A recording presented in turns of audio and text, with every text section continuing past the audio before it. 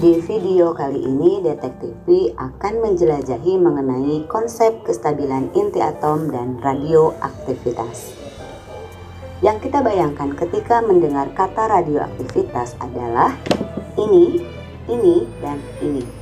Hulk, reaktor nuklir, dan ledakan bom atom, ya kan?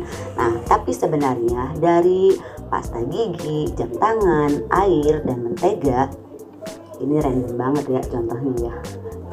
Radioaktivitas itu ada di mana-mana dalam keseharian kita.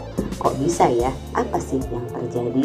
Bagaimana penemuan yang luar biasa ini yang dianggap sebagai salah satu pencapaian terbesar umat manusia bisa berubah menjadi sesuatu yang menakutkan banyak orang di seluruh dunia? Nah, mari kita mulai dengan dasar-dasarnya. Sebenarnya semuanya terkait dengan perilaku unsur-unsur atom yang tidak stabil. Kok bisa ya atom juga nggak stabil? Ini kayak ABG aja nih. Oke, kita perhatikan dulu tabel periodik unsur berikut ini.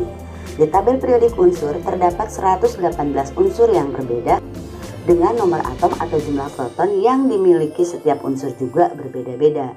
Jadi dimulai dari hidrogen dengan jumlah proton 1 sampai oganeson dengan jumlah proton 118. Nah, berarti tidak ada unsur yang memiliki nomor atom yang sama nih dari 118 unsur itu. Dari jumlah proton juga ada pengkategoriannya. Ada namanya inti atom ringan dan inti atom berat. Untuk inti atom dengan jumlah proton 20 ke bawah itu termasuk inti atom ringan. Nah, jadi yang jumlah protonnya lebih dari 20 itu termasuk kategori inti atom berat.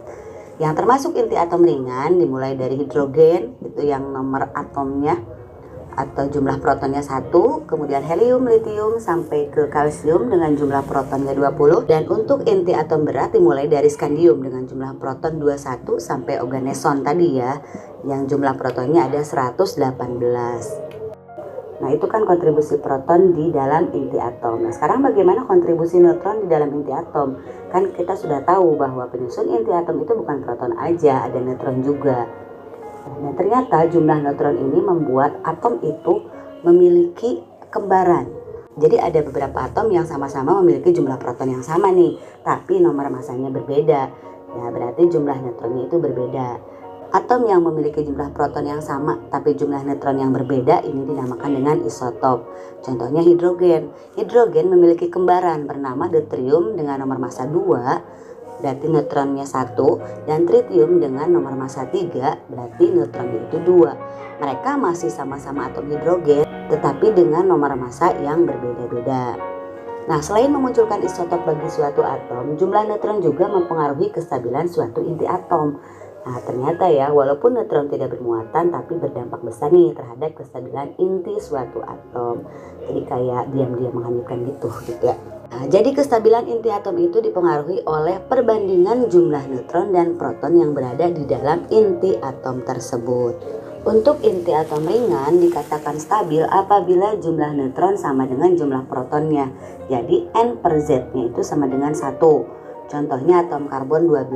Nah, kenapa disebut atom karbon 12? Karena nanti ada isotop karbon 14 gitu ya. Dimana jumlah proton karbon 12 itu 6 dan jumlah neutronnya itu berarti 12 kurangi 6 itu sama dengan 6. Jadi perbandingan neutron dan protonnya itu N per Z sama dengan 6 per 6 sama dengan 1. Nah, untuk atom ringan yang tidak stabil itu jumlah neutron dan protonnya berarti tidak sama. Jadi N per Z-nya tidak sama dengan 1. Contohnya atom litium. Atom litium ini termasuk inti atom ringan dengan jumlah proton 3. Dan jumlah neutronnya itu 7 dikurangi 3 sama dengan 4. Jadi N per Z-nya sama dengan 4 per 3 sama dengan 1,33. Itu lebih besar dari 1 ya, berarti dikatakan tidak stabil. Nah, untuk inti atom berat, ini kategorinya beda lagi. Stabil itu apabila perbandingan N per Z-nya antara 1 sampai 1,5. Contohnya atom timah memiliki proton 50 dan memiliki neutron 119 dikurangi 50 sama dengan 69, sehingga N per Z-nya sama dengan 69 dibagi 50 sama dengan 1,38. Berarti stabil ya, karena di antara 1 sampai 1,5. Nah, Inti atom berat dikatakan tidak stabil apabila berarti di luar tadi N per Z-nya lebih kecil dari 1 dan yang N per Z-nya lebih besar dari 1,5. Kita contohkan atom uranium. Atom uranium memiliki proton 92 dan neutron 238 kurangnya 92 sama dengan 146. Jadi N per Z-nya 146 dibagi 92 sama dengan 1,586. Nah, ini adalah grafik jumlah neutron terhadap jumlah proton yang ada di dalam inti atom. Biasanya dinamakan dengan pita kestabilan inti atom. Karena dari grafik ini kita bisa melihat sebuah inti atom itu stabil atau enggaknya. Di pita inilah letak inti atom yang stabil, di mana N-nya sama dengan Z, jadi jumlah protonnya sama dengan jumlah neutron. Nah, di bagian atas pita kestabilan ini dinamakan ini daerah A, itu inti atom yang memiliki kelebihan neutron. Daerah B di sini yang memiliki kelebihan proton. Nah, atom yang tidak stabil ini gimana caranya sih biar jadi stabil?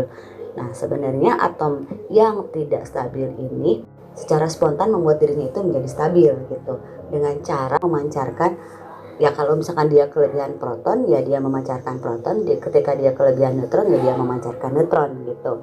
Nah, pemancarannya ini dinamakan dengan radioaktivitas.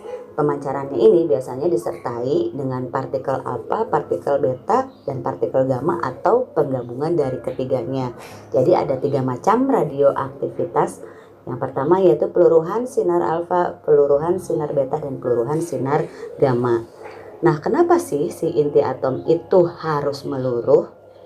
Jadi alasan yang menyebabkan inti atom itu melakukan peluruhan atau adanya radioaktivitas, kalian sudah tahu kan kalau proton-proton di dalam inti itu diikat oleh energi ikat inti. Ada gaya juga yang mengikat proton-proton ini yang dinamakan dengan gaya nuklir kuat.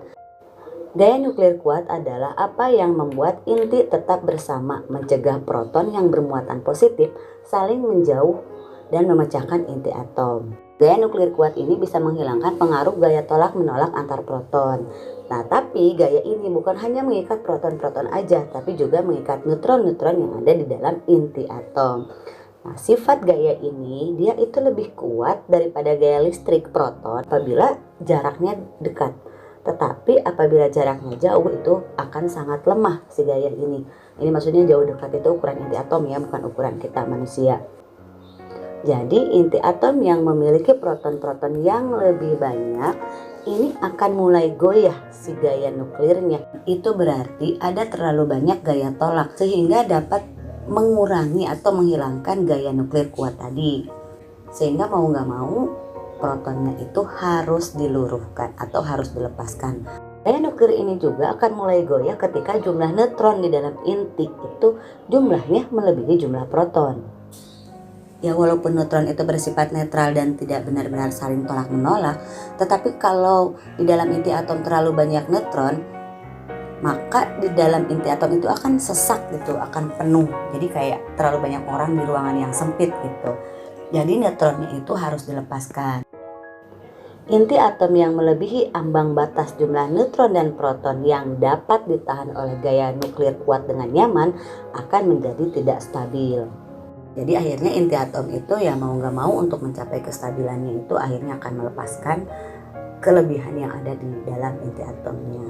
Singkatnya, unsur itu akan mengalami peluruhan ketika unsur tidak stabil karena unsur mencoba untuk mencapai perbandingan sempurna antara neutron dan proton. Jadi mereka itu, jadi inti ini ya akan membuang apapun yang mereka perlukan untuk dibuang agar mendapatkan rasio sempurna, di mana mereka akan termasuk menjadi kategori atom yang stabil.